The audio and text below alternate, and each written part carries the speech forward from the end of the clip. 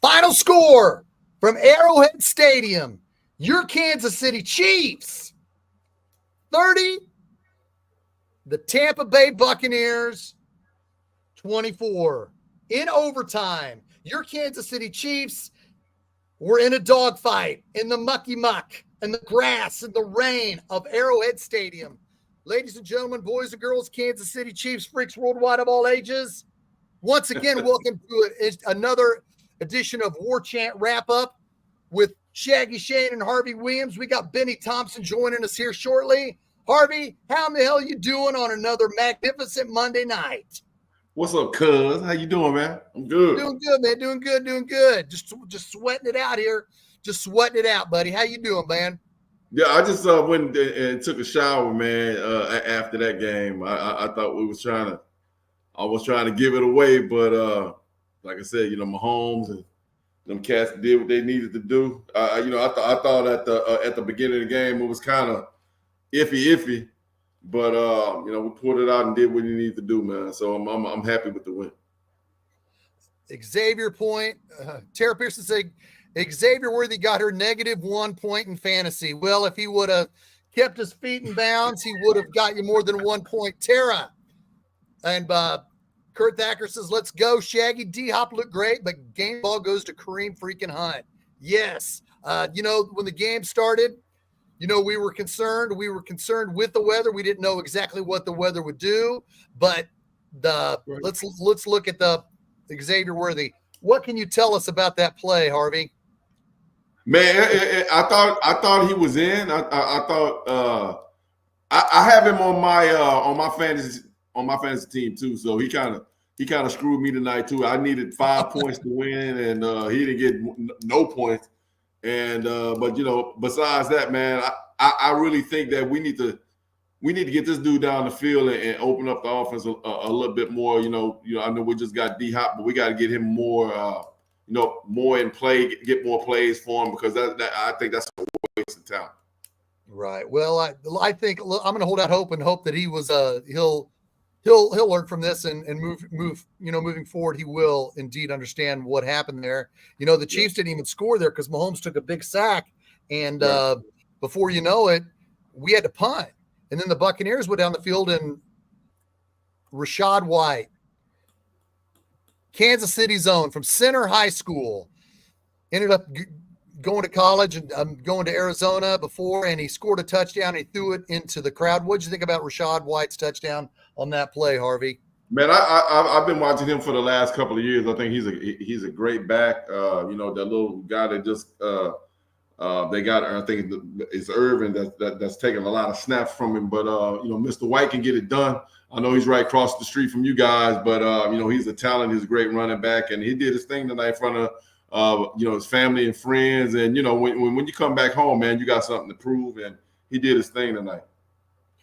Indeed. And then went to the Chiefs went down the field trailing 7-3, and DeAndre Hopkins scores his first touchdown as a Kansas City Chief. Let's go back to the 3rd and 10. The 3rd and 10 where Patrick Mahomes was under duress. It looked like only the Buccaneers had 3 hands on him. They're getting ready to take him down for the sack, but they didn't take him down. And with one arm, freaking Patrick Mahomes slung it 35 yards down the field. Talk about that catch by DeAndre Hopkins that took the Chiefs down to the 3-yard line, Harvey. Well, evidently, in practice, they for the last, couple of weeks since he's been there, I guess Patrick, trusts him, because when he threw that ball up in the air, man, I was like, that's a pick. That's an at least pick, because you throwing that in the triple coverage, and D-Hop came down with it. Probably a lot of things that he did when he's playing for the Texans here, went up, go high point the ball, and went up and got it, and that was a hell of a play, man. Between me and you, I can't believe Mahomes even tried to do it, but he did it and pulled it off. So I was throwing. I think I broke a wine glass or two tonight on that play. But D Hop came to play. The slant plays that he another one that he scored tonight, and they're on the same page. In a couple of weeks, man, getting ready for the playoff. I think that connection right there is going to get hotter and hotter. And 3 plays later, he scored on 3rd and goal at the 1 with that TD pass. Harvey, you had a chance. You live in Houston, and you've been down in Houston for how long? Man, I'm born and bred. I'm from a little town called Hempstead, so I'm right down the street. I'm living in Houston now, but I grew up in Houston, and I'm from Hempstead, Texas. So this is my stomping grounds right here. So, well, the reason why I asked that specifically is you have got to see a lot of DeAndre Hopkins. You've seen DeAndre Hopkins a lot more than me. They talk about him as a Hall of Fame wide receiver. Is that a fair assessment? Is that too much praise, or do you think DeAndre Hopkins is a Hall of Fame wide receiver? No, he's definitely a Hall of Famer, man. I can't believe that the Texans let him get out of here, and he's a true talent. He probably out of all the wide receivers I've ever seen in real life, man, his hands are massive. Like his hands are as big as Shaquille O'Neal, and he's a little guy. D Hop probably like 6'1", 6'2". Yeah, he's real skinny. Yeah, real skinny, but his hands, he got his hands almost as big as Michael Jackson's hands. I've seen Michael Jackson's hands in real life, and he looked like they look like they from another planet, man, like E.T. So their hands are extremely long and strong, and we loved him when he was here, and I can't believe the Texans let him get up out of here. Right, man. He seems so frail, like you said. He is skinny, but he is a talent, and the fact that he came in, he's been nothing but freaking in 2 games. No, he's a dog. He's a dog. He's a dog. Let me tell you something, man. Great acquisition.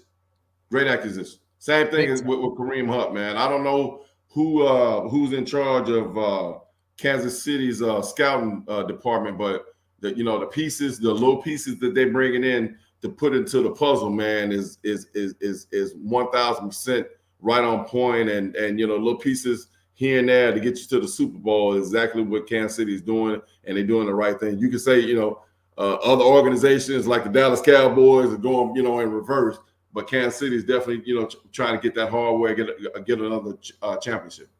Right. And Cade Otton caught the big touchdown to bring them back. They only had to go 49 yards or 51 yards to open up the second half since they had a great kickoff return. Cade Otton had a big game. We're going to look at these stats here in a second, but that was a great touchdown pass. But then let's get to the scary situation here. Patrick Mahomes throws the touchdown to P. Ryan, and then what did you think when they cut to trainers taking him off the field? I was just thinking to myself, uh-oh. This is not good. My heart sank.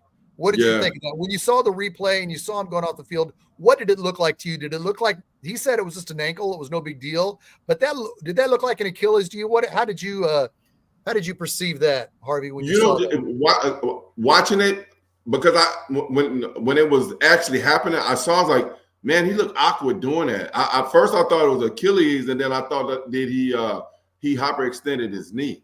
And then, it was like, oh, my God, then he was on the sidelines. And then, most football players, Shaggy, when, they got that look in their eyes, like something is wrong, and then the trainers came out, and then they carrying him off the field. I was like, oh, man, here we go.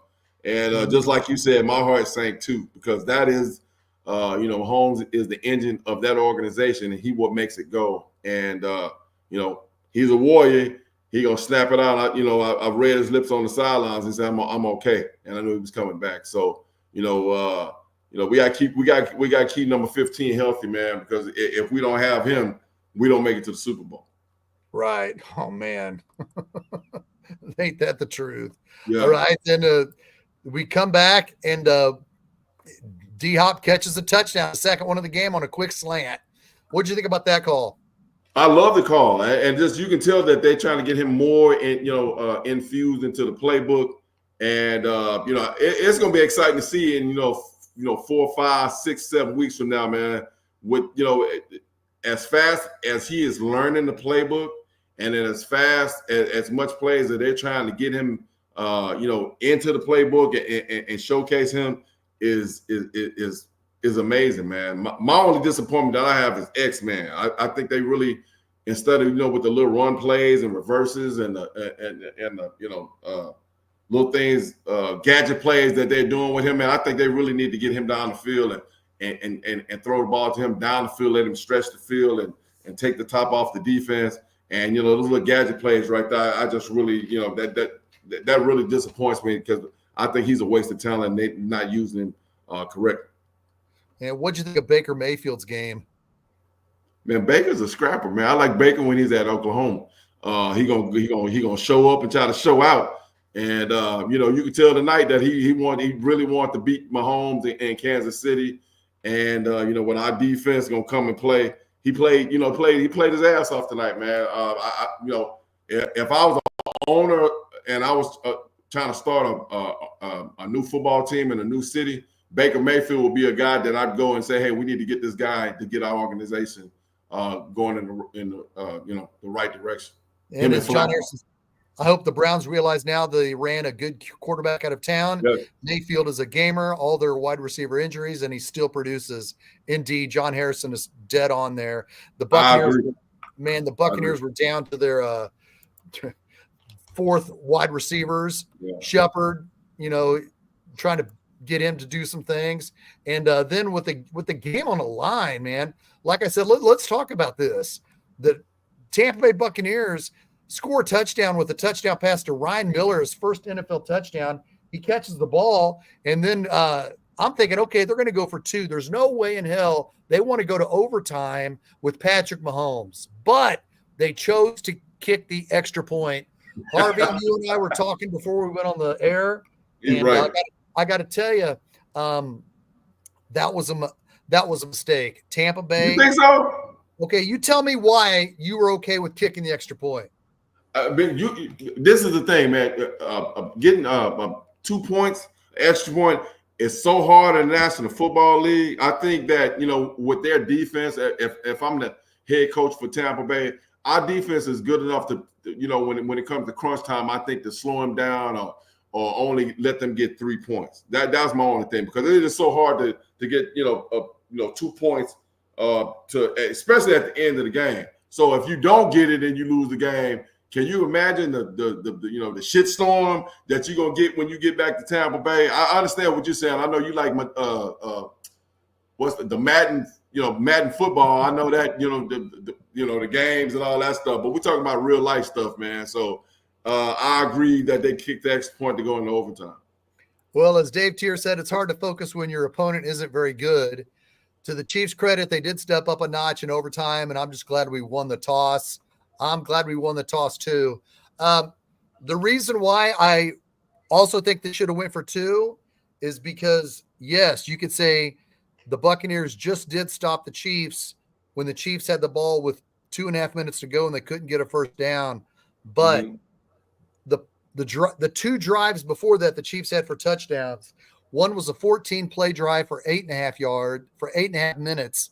12-play drive for 8.5 minutes. The drive before that was a 14-play drive for 7.5 minutes. So the Buccaneers defense, I thought, was tired. That's why I was shocked when we didn't put them away with 2 minutes left to get the Buccaneers to use their timeouts.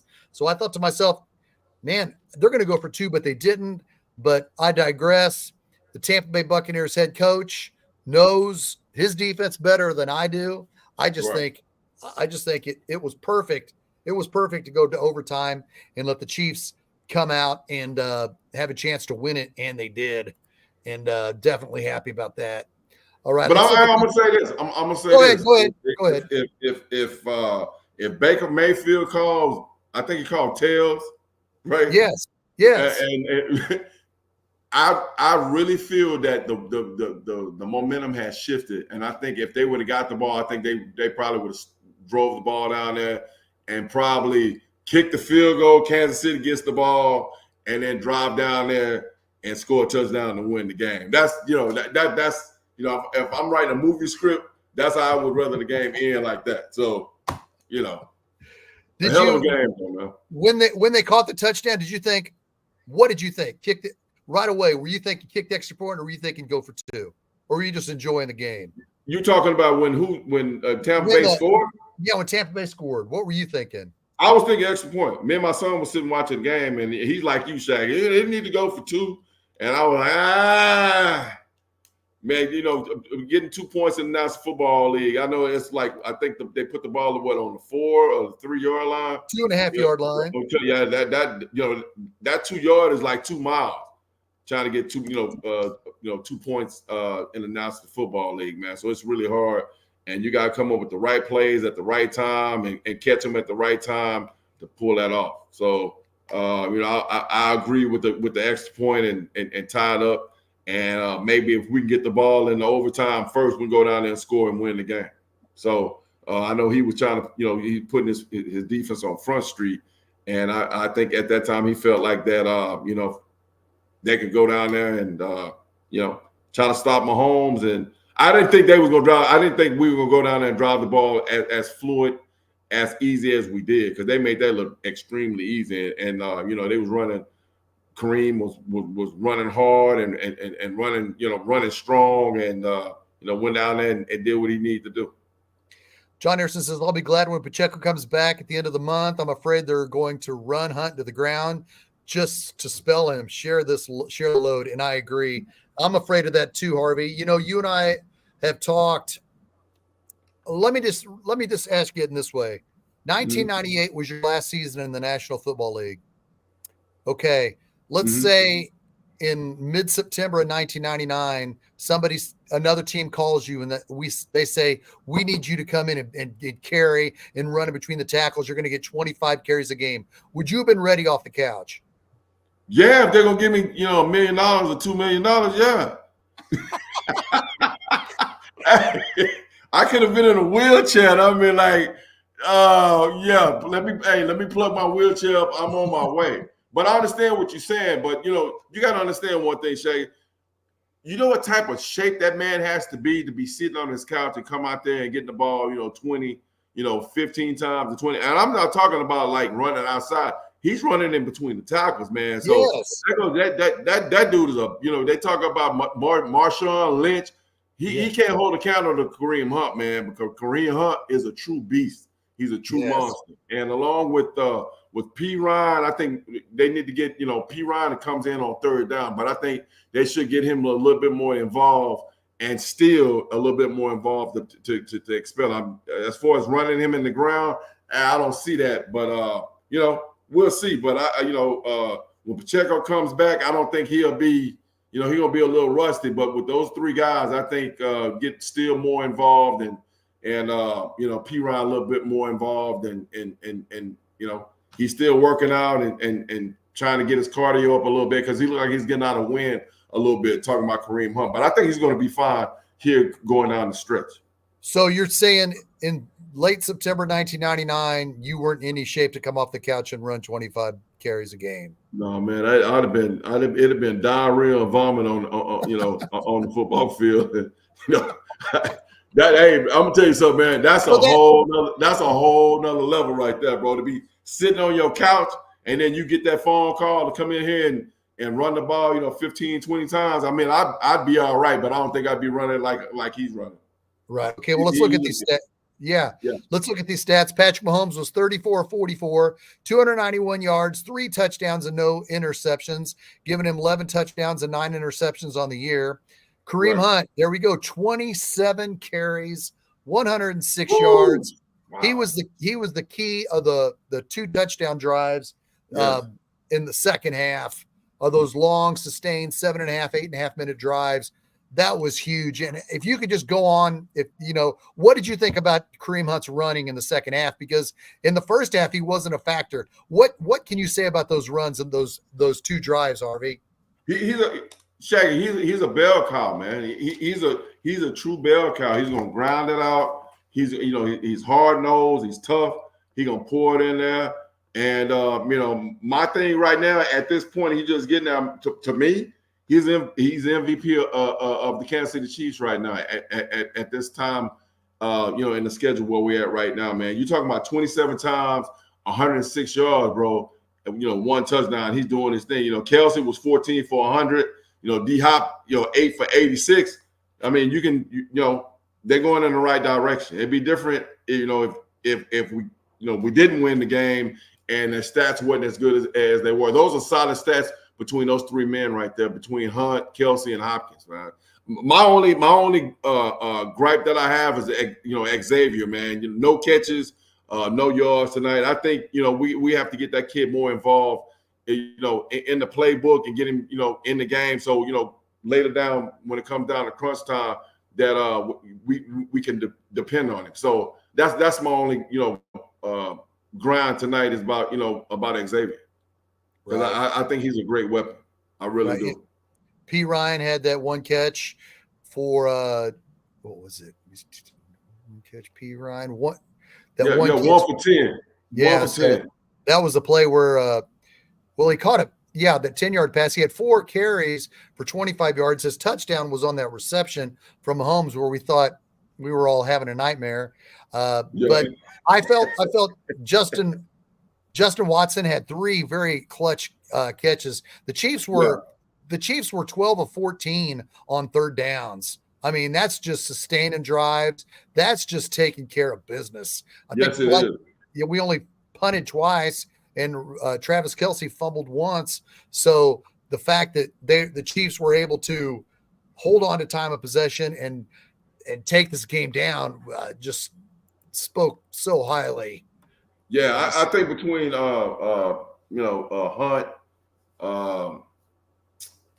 D Hop, and what's the other guy? I wrote down between those 3 guys, we got almost 300 yards between the 3 of them. So if you get Worthy and Steele and P. Ryan involved, I mean, I think that's the missing piece to the puzzle. So, we get those other 3 guys to get into the playbook. I think we're gonna be okay with those 3 guys with 300 yards, man. That's a lot of yards between 3 guys. And then you got number 15, that's the point guard that's dishing and passing the ball. He's like Magic Johnson. So, great game, great win. I think that we're okay, man. I really do. Kurt Thacker says, Harvey, he's got a question for you. He said, I think Hunt stole a grown man's job. I got to put Hunt at 1 after the way he played tonight. Do you think he's number 1 running back when Pacheco comes back? Of course. I'm going to say this, man. A lot of people are going to say, no, you're crazy. You're smoking crack. It is no way that Pacheco can come back and be the number 1 guy.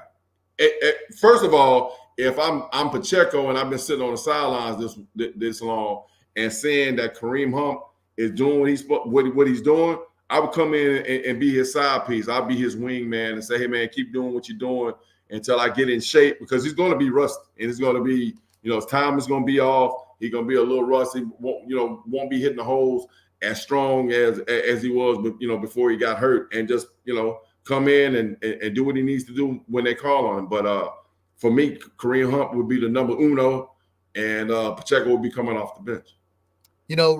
Somebody that we're not talking about because he hasn't been a factor, and that is Clyde Edwards-Helaire. Clyde Edwards-Helaire was on injured reserve the first 6 weeks of the season for post-traumatic stress disorder. He opened up about it in late August, a situation where he was being mugged and his friend shot the victim and killed him, and it affected him throughout this offseason. The last 2 games, Clyde has been inactive and hasn't been to play. So I know he's a LSU. Harvey, you and him both wore number 22 at LSU, and you both were number 1 draft picks by the Kansas City Chiefs. From what you know of Clyde Edwards-Helaire and what he's gone through, is there any light that you can shed on what he's experiencing, and how soon do you think he could possibly return? Man, I'm going to say this just on something that I went through when I was in Kansas City. I mean, I got robbed. A guy, robbed me and took my car and pulled a gun, shot down on the side of my car. And till this day, I still have, I'm not gonna say nightmares, but I'm more aware and I'm more focused on the things when I'm out in public and even when I'm at home. So I can understand him. And then you're talking about somebody that lost their life. So that would mess up, at the end of the day, Shaggy, that would mess up Superman. That would mess up, my daddy is the baddest thing that I've ever seen on this planet, on planet Earth. And I think that would shake my father to the core. So, my thing, I would give that dude as much time as he need, because, people react to different things. You probably react totally different than what I would react to something like that. So, Right. give him as much time as he can. I think Kansas City, the organization should keep supporting him. And, if he's not ready to play football, then he's not ready to play football. We'll win games without him, and God bless him.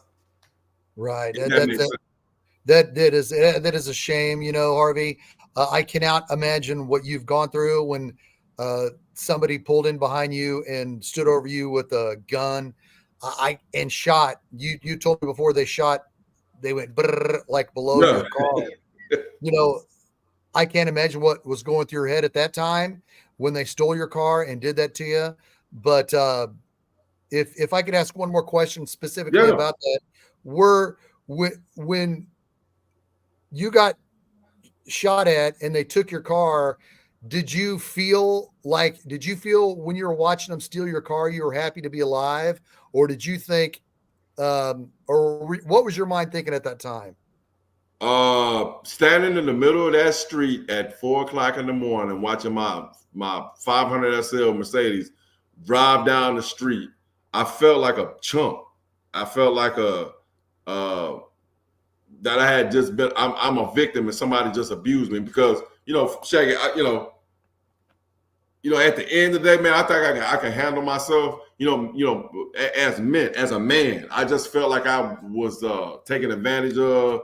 I was abused. And, at that point, I think I would rather, at that moment, I think I would have rather die than be sitting like a chump in the middle with somebody, a guy that's probably, the guy looked like he was like 5'3", but the gun looked like it was about as big as my house when he stuck the gun in my car. And, like I was telling you, the hole of that gun, he could put my whole head in it. And, at that point, you get to a point where you get pissed off and you get mad because you got this punk that's, he has a gun. I would rather him come and open my door, man to man, let's duke it out. You whoop my ass, then take my car. Not, stick a gun in my face and take it. But, at the end of the day, after it's over with, man, you thank God that you're alive. And, that's what I mean by when people say, being young and dumb. And at that point, I was young and dumb, and I shouldn't have been in that situation. Should have been in that spot at that time of night, in a $100,000 car. And, I could go on and on. But, thank God they didn't kill me. Yeah, thank God. How were you able to psychologically put that behind you? Man, it took years. That was your rookie season. So how did you psychologically put that behind you as a rookie and continue with your 8-year NFL career but the difference between you and Clyde is Clyde saw his friend kill somebody and you were shot at and your car was stolen. Psychologically, how did you put that behind you, your rookie season? Trying to not think about it. I mean, I had nightmares for a long time because I ended up having to go to court because they ended up catching the guy, and the guy ended up getting, I think, like 40 years or something like that. And, that haunted me for years, man. It took me a long time to be out and just relax and, be, aware of everything that's going on. It messed with me for a long time, and it took me years to get over that. But eventually I got over it. But, now when I'm out in public, I always got my heat with me, and I'm always, got my head on the swivel. So, right. But that kid is a young kid, man. And watching, I didn't actually see nobody, he actually saw somebody got shot and died. So, that's military stuff right there. I got a brother that was, that went to Afghanistan. Until this day, man, it still messes with him. He still have nightmares. And I got friends that was in Vietnam that's older guys, and they still, wake up with cold sweats and mentally it still messes with them. So, seeing somebody die that's heavy on the soul right there, my man. Well, if Clyde Edwards-Helaire comes back, he could come back. He could play next week. We don't know. Right. It's a mystery. All we do know is, he's back, but he's on bottom of the depth chart. and he's inactive the last 2 games. So we'll have to see if he's added to the mix with Pacheco by the end of the month. But let me ask you this, man. I'm gonna say this, and I don't know this. Maybe with all of the success of Kansas City winning and with Kareem Hunt and Pacheco and Steele and Kansas City is winning without him. That works on the mind and soul a lot too. Maybe you don't want to play anymore, not in Kansas City, and go play somewhere else. If you really think about it, I'm just gonna throw it out there like that. So yeah, maybe that's a little bit of it too. So that's a fair assessment, Harvey, because we've talked many times, and we don't need to keep rehashing it.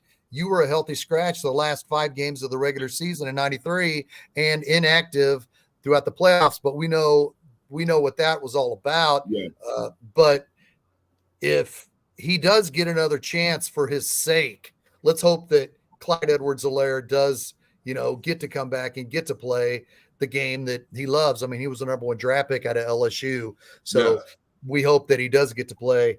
All right, we're waiting on Benny. Benny said he's trying to get on through his phone. So here, hopefully Bennie Thompson will be joining us soon. Harvey, I want to know, when you look at the Chiefs now that they're 8-0, there's 17 games left in this season. What do you think? They got Denver. We got a noon start. We got a noon start for the first time all season coming up. It's a short week. The Chiefs played 5 quarters. What do you think practice is going to be like this week? Well, I know that locker room because when I was with the Raiders, at one time we were 8-0, and you start talking about going undefeated and all that stuff, and it's a distraction, man. They just keep it basic and keep it simple and keep doing what they're doing, playing hard-nosed football. Keep number 15, standing up and healthy. Keep feeding the ball to Hunt, and our defense is second to none. I think our defense is the best in the league right now, and they got the recipe to win another championship. So if we can stay healthy and keep doing, grinding it out. It's not no beautiful wins. I mean, they ugly wins to me. Tampa Bay didn't have Godwin didn't play tonight. Evans didn't play tonight, and they kept the game close. That was scary a little bit, but we'll take that W and get on down the road and get ready for our next game. Right. Denver's looked pretty decent. They're surprisingly well. They're 3-5, I think, going into the Sunday's game against the Ravens, but the Ravens gave them a reality check, definitely, by slapping them 41-10. What did you get to check out that game Sunday? Yeah, man. I'm gonna say this, man. My thing is who can contend with us in the AFC. My thing is, I think one would be Baltimore. I'm trying to figure out who else that could give us a good game. I'm not gonna. Cincinnati is not ready for us. Buffalo is not ready. I'm gonna say this, man. No, I'm not gonna say that. Chargers. I was gonna say, no, they're not ready. I think it's gonna be Baltimore. That's that we have to gear up for, man. I really do. The game. We got Denver this week, and we can look at the record and say they're 3-5 or 3-6, but we got Buffalo at Buffalo. Yeah. So this game, it's a short week coming up against Denver. People could say it's a trap game. People could say, what does that actually mean? Because what does that mean when they say trap game? I need somebody to explain it. I never understood that. What that trap game mean? What does that mean? Well, it's kind of like when the Kansas City Chiefs were 2-2 your rookie season in 1991, and they had to go to San Diego and play a team that wasn't very good. But the week after that, they had their first Monday Night Football game in 9 years. Well, Harvey Williams takes the opening kickoff, runs it all the way down to the 30-yard line. He gets dragged down by his face. So the Chiefs got the opening possession, 1st and goal after the penalty. Christian Okoye scores 3 plays later. It's 7-0. You're thinking, okay, let's just blow out the Chargers and get ready for Monday Night Football against Buffalo. The Chiefs, you guys had to freaking hang on to that game. And everybody was wondering, man, this game, and the Chiefs ended up winning. You guys won 14-13. But the whole week we were like, man, Kansas City was so amped up for that game after the Chargers that we were worried about it being a trap game because the Chargers weren't very good. And I honestly think if you don't take that opening kickoff and run it all the way down to the 25-yard line and get ripped down by your face mask, then the Chiefs probably aren't going to get set up shop first and goal on their opening possession. But it happens, Harvey. There has to be games where that game, as well as others, that you thought to yourself, do you ever peak? Did you ever find yourself peaking when you knew you were going to play somebody on Sunday? Did you ever find yourself peaking to the game afterwards? Not in the pros, and when I was in college, we did. Not in the pros. I think every game in the National Football League, man, is like the Super Bowl because you got to put all your chips on the table.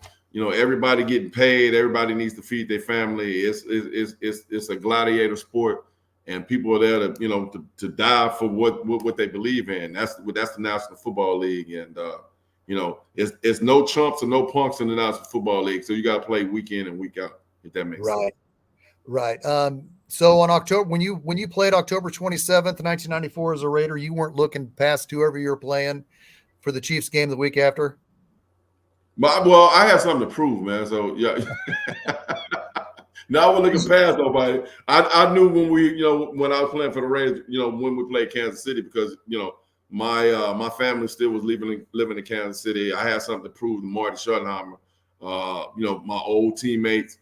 I had something to prove to them, and I just. You weren't looking past the 20, and you obviously weren't because you had 100 yards rushing against Seattle a week before your first trip back to Arrowhead. So that's why I asked if you were kind of just looking back, like, okay, I got this game here, then I got to go here. So there's no looking back.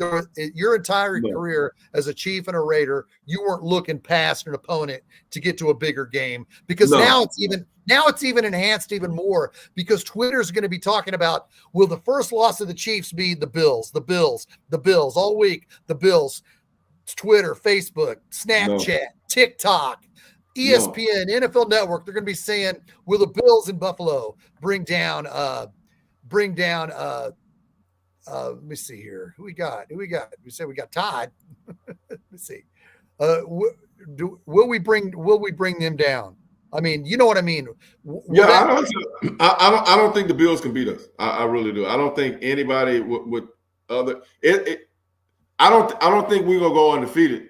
I think it'll be somebody that beat us that it'll be a fluke that we end up losing the game, which will be a good thing, bro, because I think by us losing one game or two games, I think that brings us back down to earth, and I think that makes us work a whole lot more harder because we feel like that we're not invincible. I think going undefeated, I think that's a bad thing because you start thinking that you can walk on water and things will always go the right way. And I've always felt like great teams need to get their ass tapped here and there every once in a while. So with what's going on, I don't think we'll go undefeated.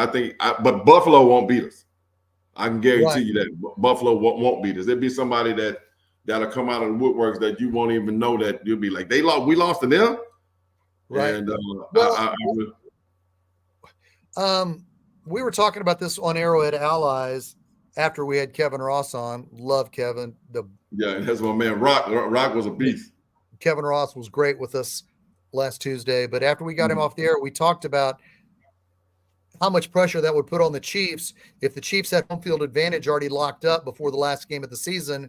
If they're undefeated, would they rest their starters because they have number one, or would they go for that undefeated season, the last game of the season? If you're the head coach of the Kansas City Chiefs and the Chiefs already have home field advantage and the number one seed locked up, Harvey, you're playing at Denver. Are you going to try to go to be undefeated and just so you could have that extra icing on the cake going into the playoffs for the three-peat?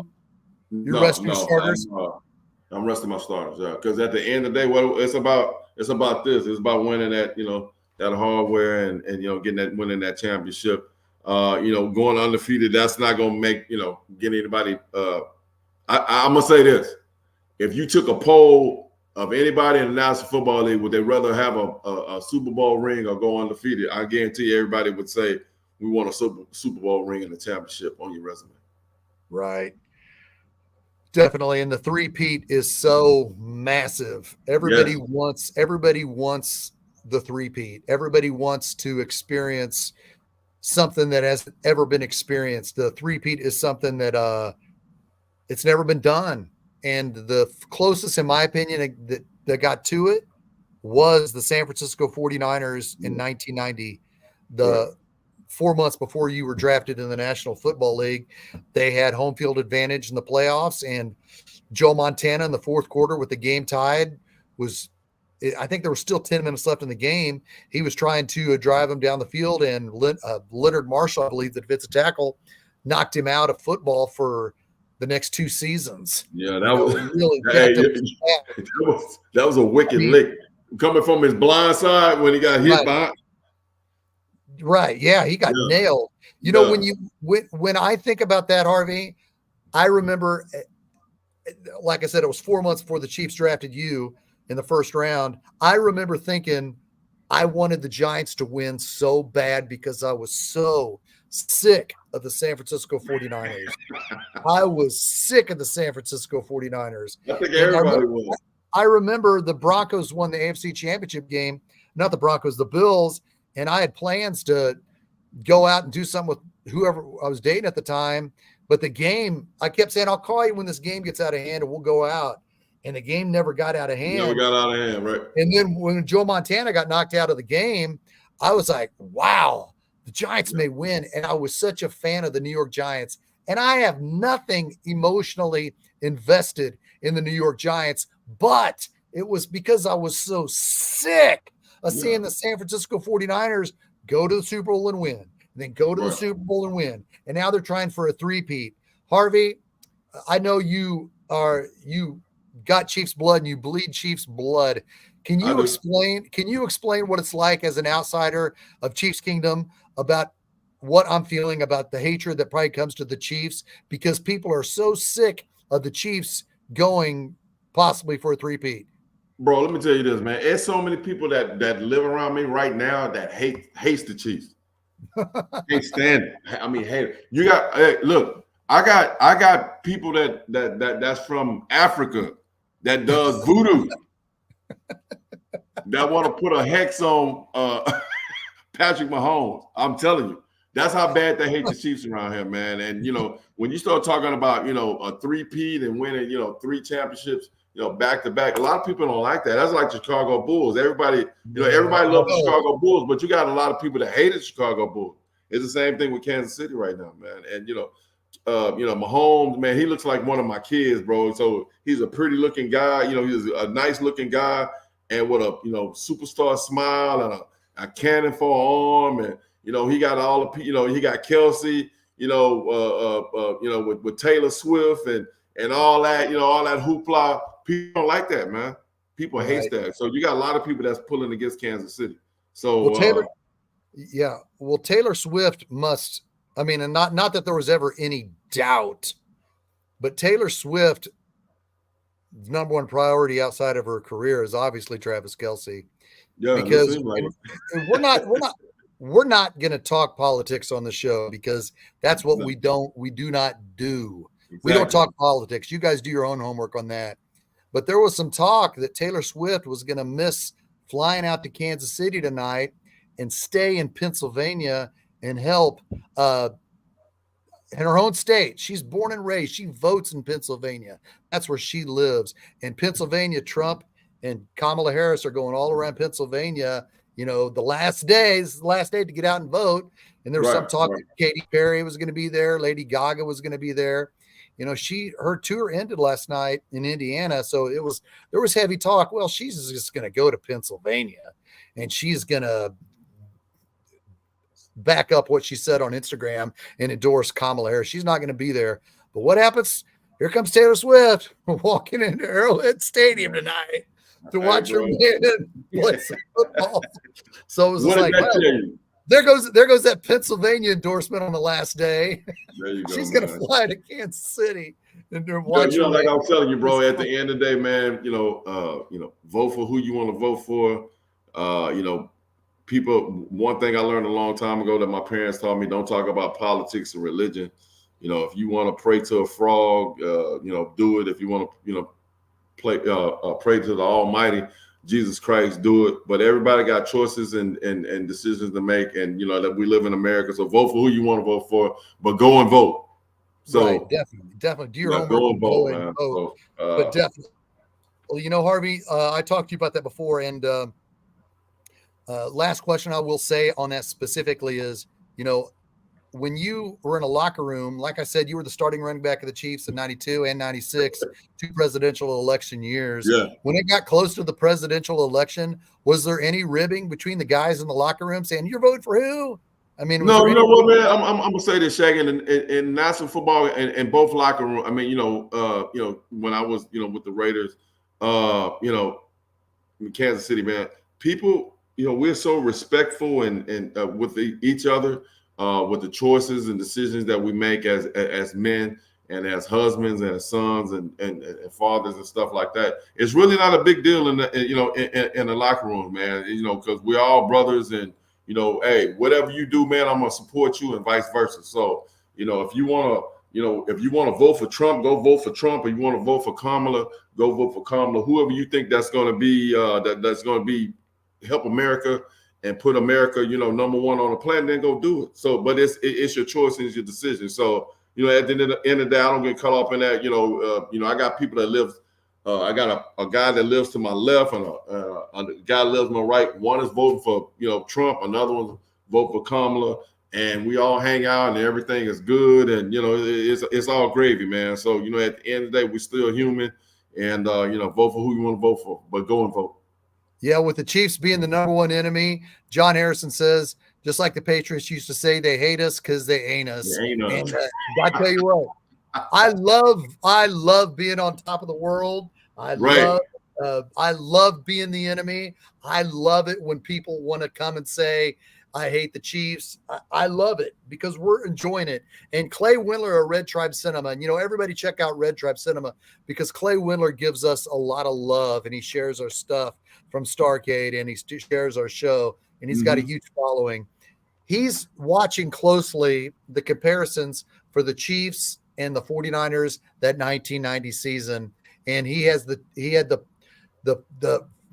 49ers when they won their 8th game in a row. That was a tough win at the Packers, but Montana and John Taylor and Jerry Rice pulled away. So continue to follow a Red Tribe Cinema as he compares that moving forward.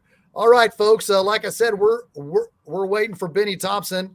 I don't know if he's having some technical issues here. We sent him a message. What can you tell us about Bennie Thompson before, or if he can get on or not? First of all, before I talk about Ben, I'm gonna fine his ass for being late because he was known to be late when he played for Kansas City. But Bennie was a great teammate.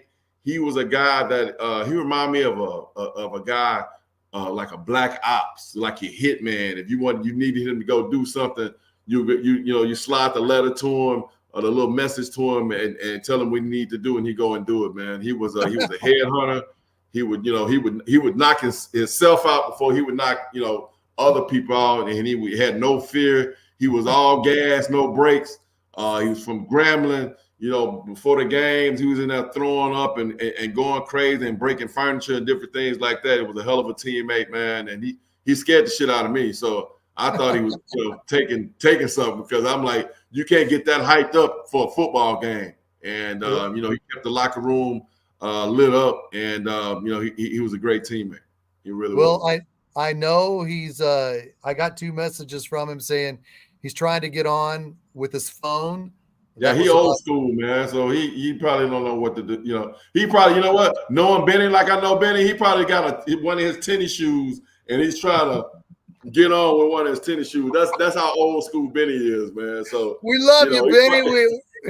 We love you, Bennie. We know you're watching. We know you're trying. Love you, Bennie. Yeah. You just hit the StreamYard link and enter the He probably studio. got one. Probably got one of these trying to get on the computer, trying to figure out what's going on. So Benny was like that, bro. So man, I talked to him this morning. He was ready to jump in. It was ready to go, and God love him. Maybe we might have to see if what issue he is having, because you and I are on through laptop. Todd McNair was able to join us last week on his phone, and since we talked about Bennie Thompson, we are going to show the videos for Bennie Thompson, because doggone it, we're going to show 2 videos here of the play 31 years ago where Bennie Thompson did what he did, and here it is on Monday Night Football 31 years ago this Thursday against the Green Bay Packers at home. 39-yard line, 10-9, Kansas City, and Favre throws underneath, and a great defensive play made by Bennie Thompson on Darrell Thompson. What's that, the fire hydrant celebration?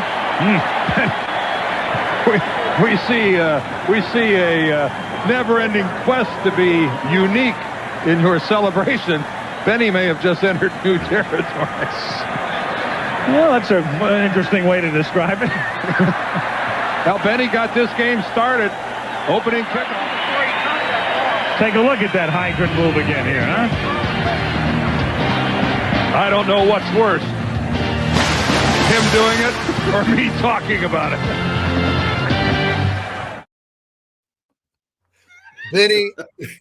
Benny, we're going to try to work on this issue with you next week if we don't get you on here in the next minute.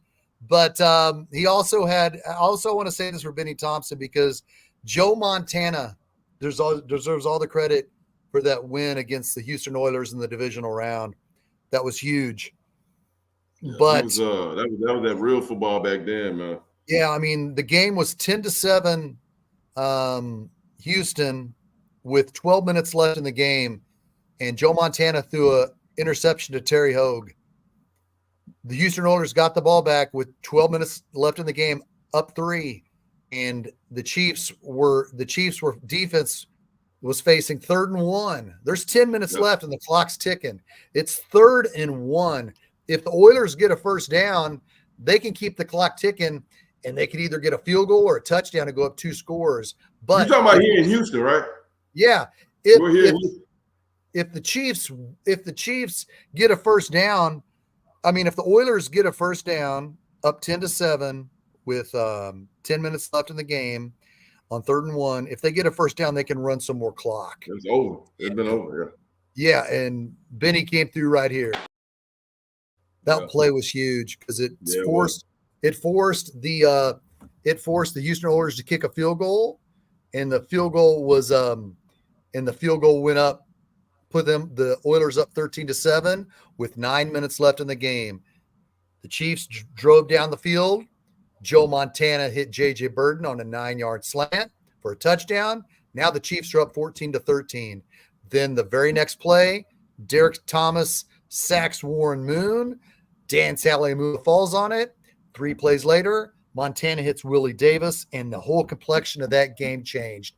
But that complexion of that game changed, in my opinion, because Bennie Thompson was in zone, and he creeped back up at the end of the line of scrimmage because he was a strong safety, and came out and blitzed the corner. And he came from the corner, the blitz, and it was the 7th sack of the game. You know, Dave Adolph, the defensive coordinator, really had a magnificent plan to come in and be come in and to stop the run and shoot. But that play was important. Hopefully next week, Bennie Thompson will have his phone issue taken care of, and he can join us, because I know he was really looking forward to it.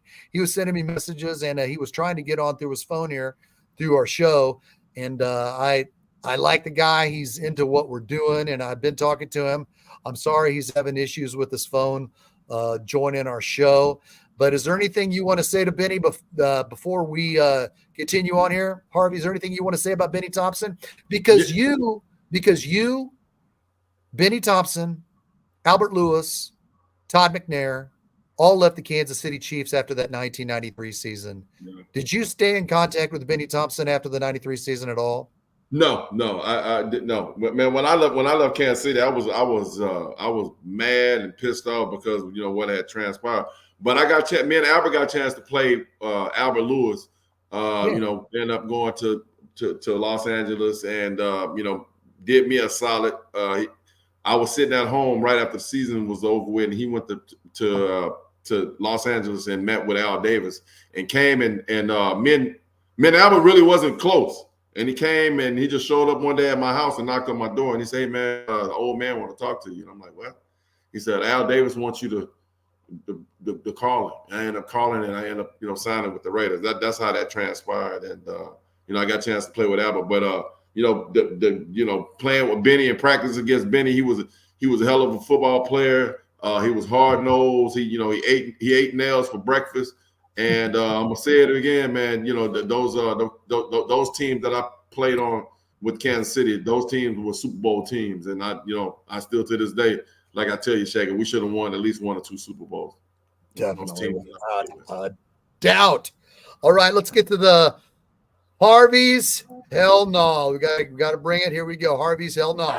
Nothing illegal about it. His head's in front. Bang!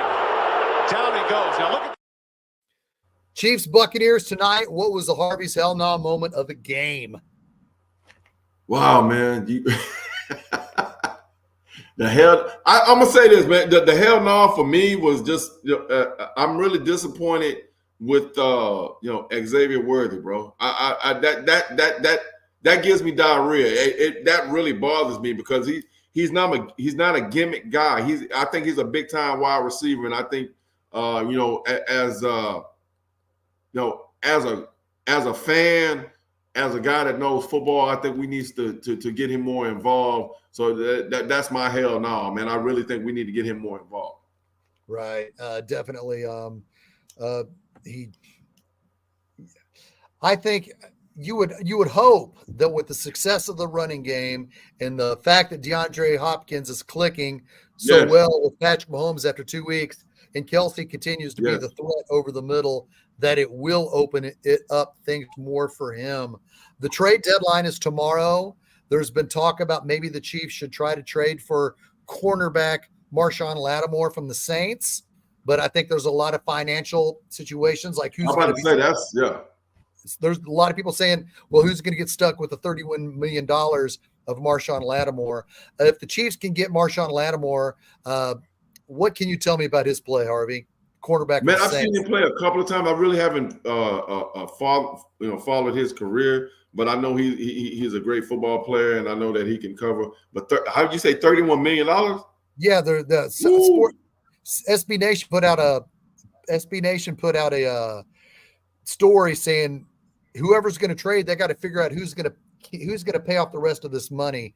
If you want to check it out, Google Marshawn Lattimore trade rumors, and you'll see the one that says the reasons why the Saints will not trade Marshawn Lattimore. It's because they don't know who's going to get stuck with the $31 million. $31 million.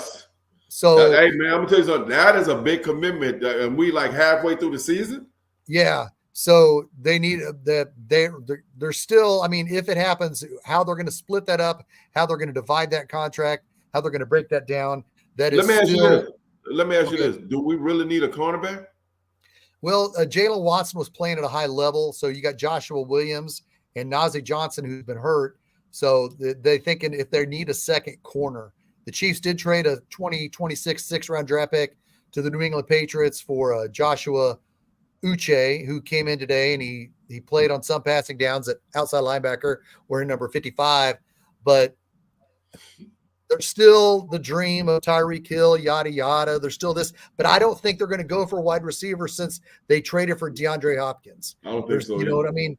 I don't think so. So and $31 million is a lot of money. I can see if we were 4-4 or 5-3 or something like that. Yeah. But we 8-0, bro. So don't put your finger on the chicken switch yet. So we good. All right, and let's get to Harvey's hip.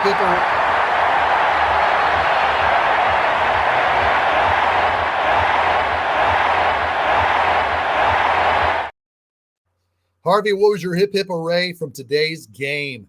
Kareem Hunt, bro. Talk to me.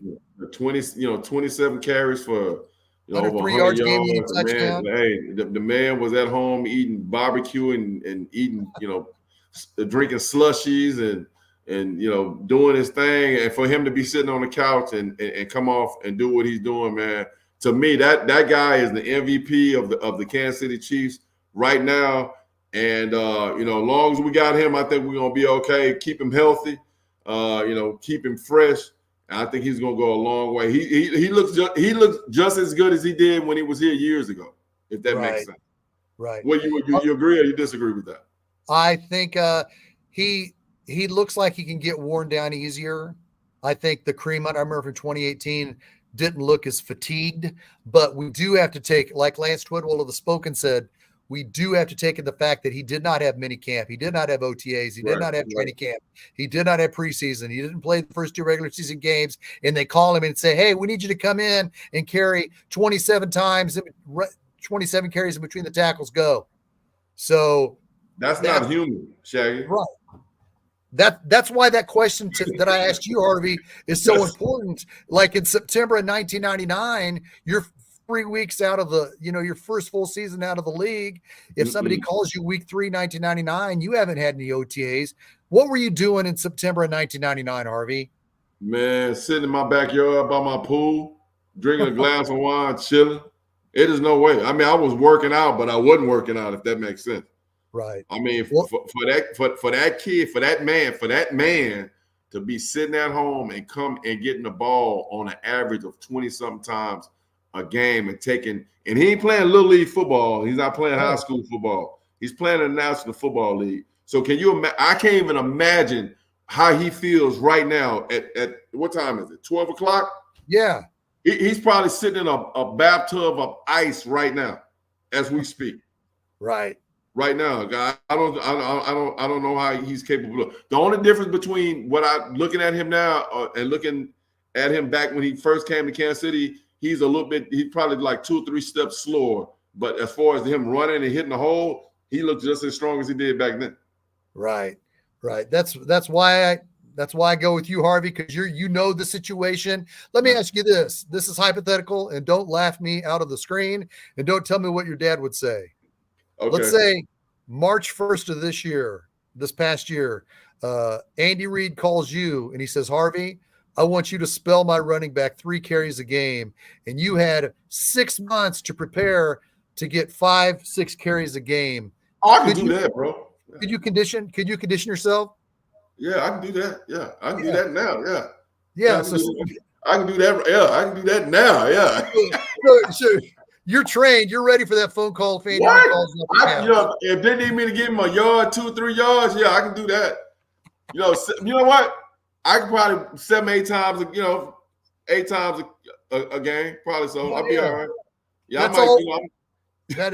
that's all we need from you, Harvey. And that's why I think to myself, man, we need Harvey Williams on this carry, but I can't talk you into coming out of retirement. No, because I might have when I get hit one time, I might have to go in and get a diaper, put a diaper on under my football pants, man. So, because they ain't out there playing. There's some real men out them grown ass men out there, bro. They ain't playing. That is definitely how it is. We missed Bennie Thompson. We're sorry about the technical difficulties. I'm sorry Bennie couldn't join us. I know he want to. Hopefully he can get that, or we can get that worked out with him, and he can join us next week or maybe in 2 weeks. Thank you again for staying up late with us. Believe it or not, the next Chiefs game Sunday at 12 noon Central Time. So we'll be here. We'll be here at 3:30. What do you think, Harvey? We don't have to stay up late. What do you think? We got a noon game. We got to get up early on Sunday. What do you think about that? I'm game, bro.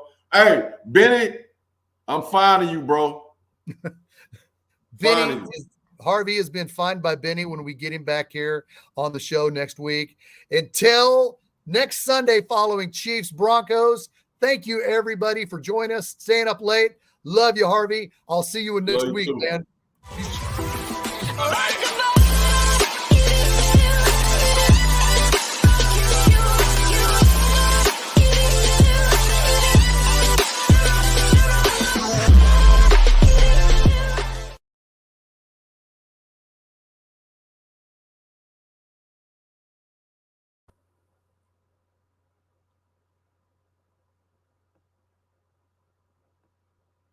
still on him?